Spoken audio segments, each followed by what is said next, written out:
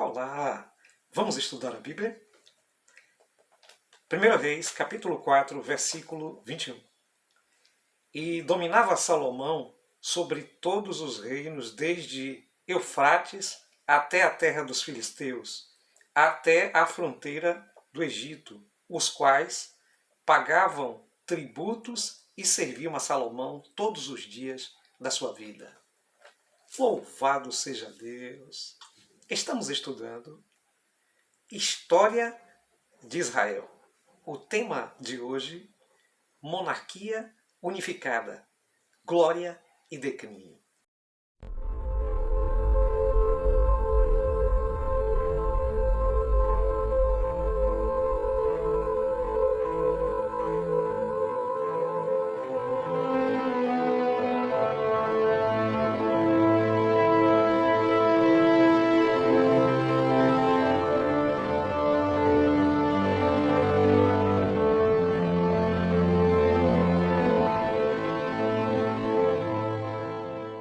Bem querido, bem querida, você já vai deixando aí o seu like, o seu gostei, compartilhe esse vídeo com outros, nos ajude, compartilhe esse vídeo, põe aí seu comentário, faça perguntas e ajude que o canal vá para frente. Inscreva-se no canal, por favor.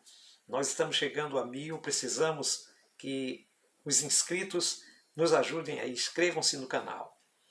Bem, estamos em uma temática muito importante e essa temática apresenta então a história, o segmento do povo de Israel, que se deslocou da Mesopotâmia, passou pelo Egito, chegou a Canaã, tomou posse da terra e agora o povo de Israel precisava de uma organização social. Mas Deus pretendia que eles fossem uma organização política e social teocrática. Mas chegou um determinado momento em que eles se sentiram sufocados justamente por outros reinos, por outros povos que concorriam com o povo de Israel. Na verdade, o que sufocava o povo de Israel era o pecado. Porque Israel foi para aquele lugar para ser uma nação diferente, para ser o exemplo, para ser o modelo, o padrão de Deus para aqueles que estavam ali. Mas, na verdade, o povo de Israel não foi exemplo, não foi modelo. E com o passar do tempo, eles começaram a fazer tudo aquilo que as outras nações faziam. E por isso, eles cobiçaram a forma de governo das outras nações. E eles chegaram então para Samuel e disse para ele: olha, nós queremos um rei que vá à frente de nós, que faça nossas guerras. E Samuel ficou de fato muito preocupado com aquilo e orou a Deus, e Deus disse: olha, você não se preocupe, não é você que ele está rejeitando, eles estão rejeitando a mim. E agora Deus incumbiu a Samuel de encontrar o rei ideal. Antes de tudo, foi declarado a eles quem seria o rei, como o rei agiria, que o rei acumularia pessoas para trabalhar para eles, que o rei acumularia mulheres, que o rei então acumularia palácios. E tudo isso foi explicado então para o povo de Israel, para que eles não tivessem então entrado no engano. E assim mesmo eles aceitaram a monarquia. Assim mesmo eles aceitaram ter um rei sobre eles. E o rei escolhido foi Saul, da tribo de Benjamim. A Bíblia descreve Saul como alguém diferenciado em termos de porte físico, a sua altura e até mesmo a sua beleza. É descrita assim: bem, este homem deveria ser o rei, porque com certeza esse seria então aquele que administraria todas as terras de Israel. Então podemos focar aí já o aspecto político. Israel deixa de ser uma nação teocrática, liderada então pelos profetas, e agora passa então a ser uma nação monárquica, uma nação que tinha então um rei, que deveria ter também uma intervenção teocrática, mas uma nação governada por um rei. E este primeiro rei foi Saul. Saul foi um rei que começou a livrar Israel. E ele então combatia contra os principais inimigos da época, e aí a gente já passa a entender um determinado contexto. Ali nós estávamos num contexto em que os fenícios e os filisteus eram os que estavam em destaque. E aí nós temos, em contrapartida, os filisteus com vários reis, com cidades independentes, os fenícios também com vários reis, com cidades independentes. E nós temos agora, então, a monarquia de Israel tímida, uma monarquia muito provinciana, uma monarquia ainda muito no começo, sobre a liderança de Saul. E Saul fez algumas coisas de benesses, livrando o povo de Israel em algumas batalhas.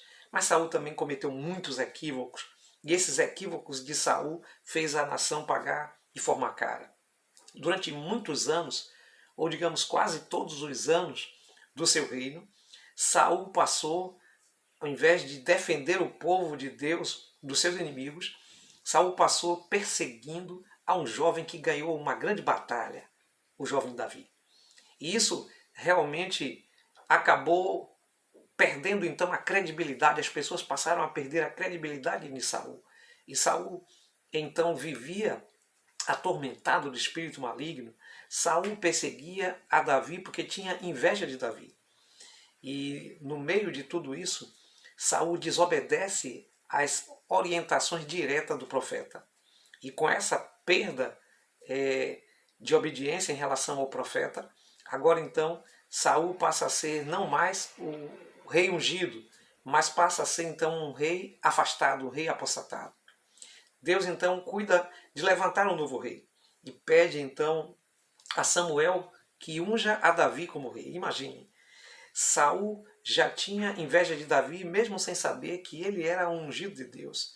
E agora então Davi, depois então de vencer a batalha épica contra o grande gigante Golias, era apenas um jovem, passa a ser uma espécie de escudeiro de Saul, passa a ser uma espécie de pessoa bem-vinda no reino de Saul.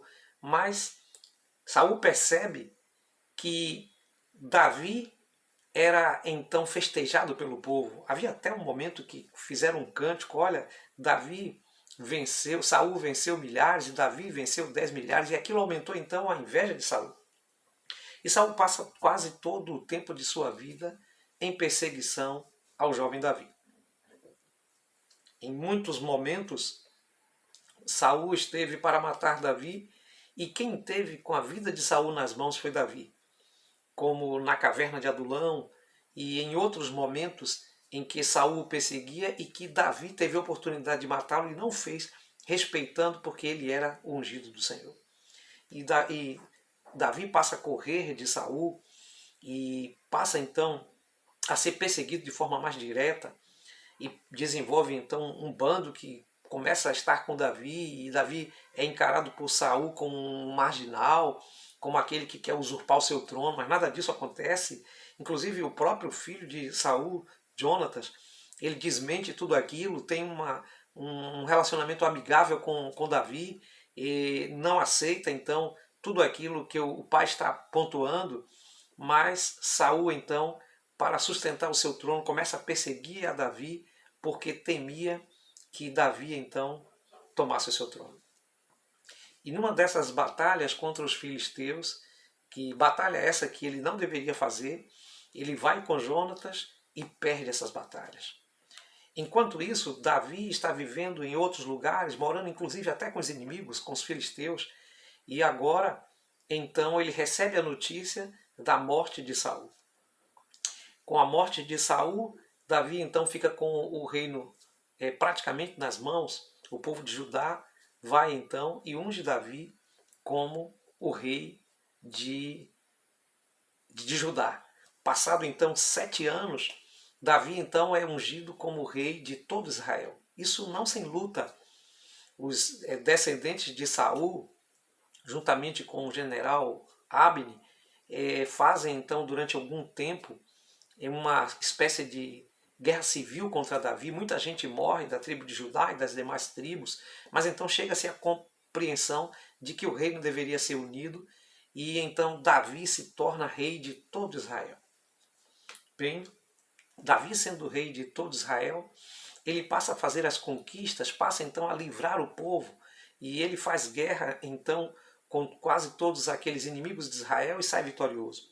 Muitas vezes com os filisteus, muitas vezes ele faz guerra com os amonitas, com os moabitas, e vai tendo o domínio de toda aquela área. E ele tem um domínio que se estende, e o seu reino vai crescendo muito, de tal forma que para o norte ele se estende até, estamos falando agora já do aspecto geográfico, para o norte ele se estende até a Mesopotâmia, ali no rio Eufrates, e então ele se estende ali para o oeste, ali então para as fronteiras com os filisteus, com os fenícios, e até mesmo mais abaixo então ali para o Egito, e se estende também para a parte desértica ali para o sul. Então todo o domínio daquela região passa a estar sob o comando de Davi. E Davi então vai por vez derrotando reis e reis dos filisteus e amontoando vitória contra os filisteus, até que livra completamente o povo de Israel dos filisteus. E vai então acumulando vitória também contra os amonitas, contra os moabitas, e vai expandindo o seu reino, vencendo então contra os sírios e se tornando poderoso naquela região. Bem, Davi, numa luta, conquista Jebus, e dos Jebus ele toma Jerusalém para si e faz de Jerusalém a capital do seu reino. Além disso, Davi também planeja construir o templo e faz também todos os preparativos necessários para a construção do templo, acumula tesouros. Davi faz a planta do templo e tudo isso, mas Deus o impede de construir o templo, porque Davi era um homem que tinha participado de muitas guerras e derramado muito sangue inocente. Sabemos também do relato do pecado de Davi com respeito à sua paixão com Betseba, e acaba então traindo o seu próprio soldado Urias, colocando ele em fronte de guerra, e então comete adultério, mata então Urias e mente para o profeta e cria então uma série de coisas. Davi também tem consequências do seu pecado, mas Davi se arrepende. Faz o Salmo 51 e então Davi então começa então a nova vida. Isso não é suficiente. Davi paga as consequências do seu pecado em sua família. O seu filho do adultério morre e mais tarde os filhos de Davi vão brigar entre si, vão matar uns aos outros, e então depois de tanto morticínio fica o seu último herdeiro, Salomão, que é também de certa forma preterido em relação a Adonias, e Adonias tenta dar um golpe de estado então com a ajuda de Joabe, mas também Adonias é assassinado e morto, e então Salomão assume o templo. Salomão assume então o reino, depois então de 40 anos do reino de Davi, que é considerado o principal rei, o rei mais importante de Israel, aquele que fez as grandes conquistas, aquele que fez os grandes livramentos, aquele que conseguiu conquistar a Jerusalém, aquele que conseguiu desenvolver o exército de Israel, organizar os palácios, organizar então todo o serviço espiritual, o cântico, o turno dos sacerdotes, tudo isso Davi fez no aspecto então cultural em Israel. E ali então estava agora aquela sociedade sendo então organizada com a sua pirâmide social da seguinte forma, tendo o rei Davi e sua família, depois logo abaixo então os seus nobres soldados, os seus valentes, e então tínhamos ali os sacerdotes e toda a parte religiosa, o sumo sacerdote, os sacerdotes e toda a parte religiosa. E aí então nós tínhamos também ali comerciantes, nós tínhamos ali uma série de homens que ajudava Davi então com os seus bens, que eram grandes proprietários de terras, camponeses, que estavam então a favor do reino de Davi. De outra forma, nós temos do outro lado os fenícios, que são os ases na navegação, que inclusive vão ajudar Davi na construção do templo, porque eles vão fazer um pacto de paz. Davi faz um pacto de paz com o rei de Tiro, e isso vai ajudar então Davi na questão da construção, porque os fenícios eram hábeis em corte de pedra, eram hábeis em derrubar então derrubada de árvores, em trabalho com madeira. Eles foram os principais navegadores da época. Eles tinham um comércio naval muito forte e também como cidade-estado tinham vários reis independentes que poderiam então estar a favor ou contra o reino de Davi, e os fenícios então se tornam, em algum momento, grandes aliados de Davi e vão, por assim dizer, serem aliados também de Salomão. E Salomão toma posse do reino, desenvolve então mais o reino, permanece então com toda essa unidade territorial no tempo de Davi. E a principal obra de Salomão foi a construção do templo. A construção do templo, que ficava um pouco acima do palácio de, de Davi, o palácio de Salomão, e ele faz outros palácios. Salomão, então, se torna muito rico, muito poderoso, muito inteligente, de tal forma que pessoas de outros reinos, como a rainha de Sabá, vêm para conhecer a sabedoria de Salomão. E Salomão se torna muito poderoso. Só que Salomão também escraviza muitas pessoas, especialmente pessoas dos reinos vizinhos. Salomão escraviza, e até pessoas do seu reino também. Isso cria um grande problema durante a sua administração. Outra coisa que Salomão faz, que não é muito boa, para ter aliança. Então ele se casa com muitas princesas, e o texto bíblico diz que Salomão chega a ter cerca de 700 esposas e 300 concubinas. Isso traz um grande problema para Israel, porque essas mulheres elas tinham então devoção a seus deuses, às suas divindades, e Salomão então faz então templos para que essas mulheres tenham acesso à sua divindade, e ele institui de forma direta a idolatria em Israel. Isso é uma falha muito grande do rei Salomão.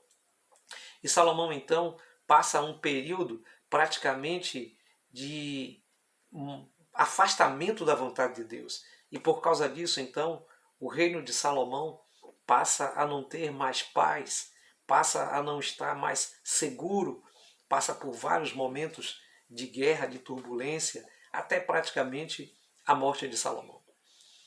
E aí a estabilidade do reino de Israel passa então por um momento muito difícil. Mas por ora é importante notar que Israel teve uma monarquia unificada.